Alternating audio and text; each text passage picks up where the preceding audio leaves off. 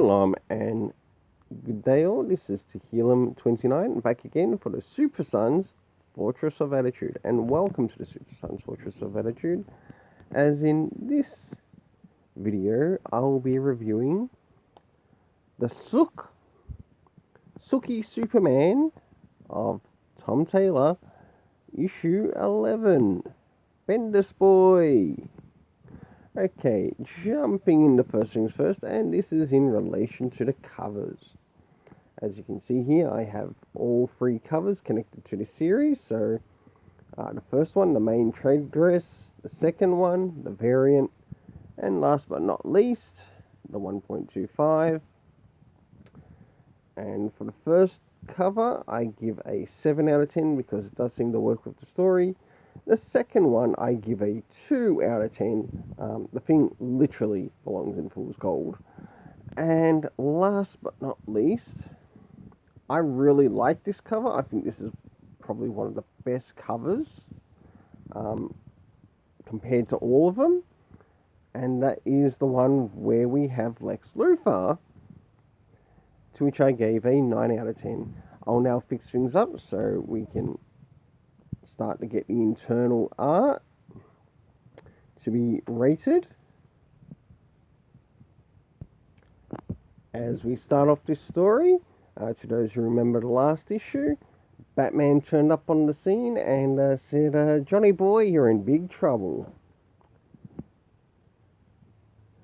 And as we can see here, a bit of a discussion breaks out between them.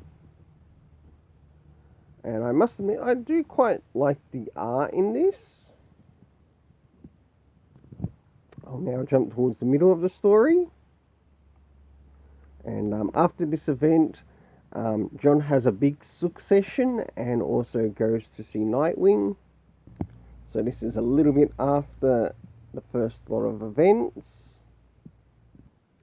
Moving into his discussion with Jay Nakamura once again, who has literally got a copycat, plagiarized version of Midnighter and Apollo's story.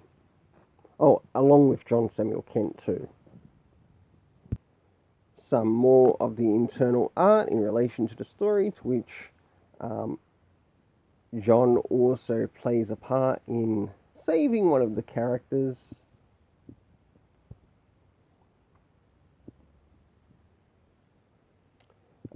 Using the Flash and Atom. So, for the internal art, I decided to give it a 7.5 out of 10. Now it's time to jump into the main story, and that is bringing up the issues of, did we get any comic references to any of the previous issues? No, we didn't. Though it did need it in regards to some areas, such as the last issue. Moving into the area of time next, we had then and also later play part in regards to the story.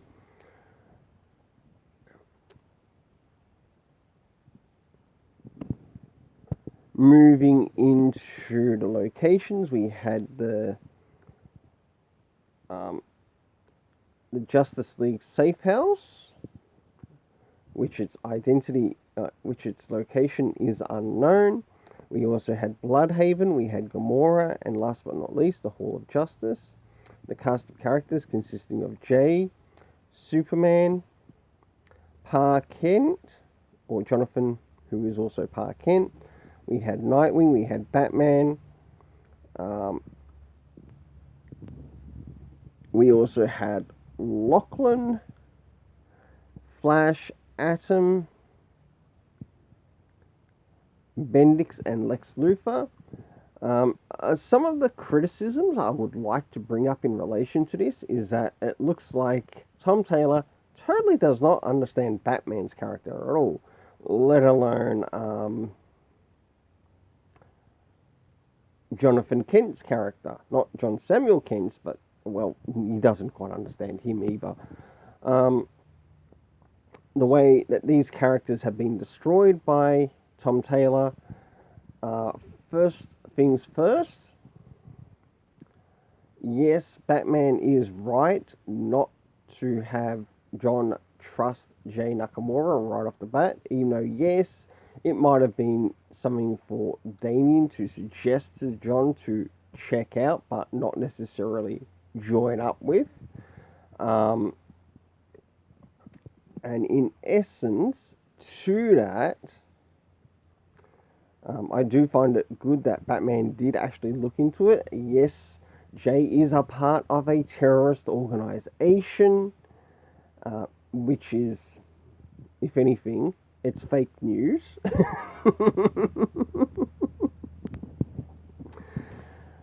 Another thing that was also, which also came up in the last issue, which was also pushed aside in this issue, is that there was a discussion of people having bombs in their heads. And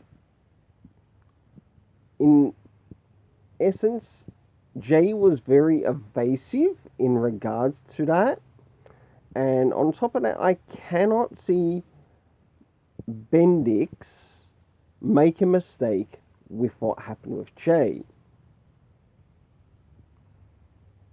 Like, even Jay's backstory still has holes in it. Like, what happened to the bomb in his head? I'd take it that Bendix is that freaking smart that he would be able to put a self-adapting bomb to which that even control Jay Nakamura. So good that not even John Samuel Kent can pick it up. And yes, the boy has pink kryptonite hair. So the overall story rating, even though there were some okay things in it, there were some other things that didn't stand out too good, such as the characterization of John, who should have actually gone to Damien and not to Nightwing in this story, because having that being brought up into John's background is very forced, so a very forced relationship, just as the Jay Nakamura relationship is still a very forced relationship. Overall story rating, with all the things that were good in it, the things that Tom Taylor did remember, I did give it a 7 out of 10.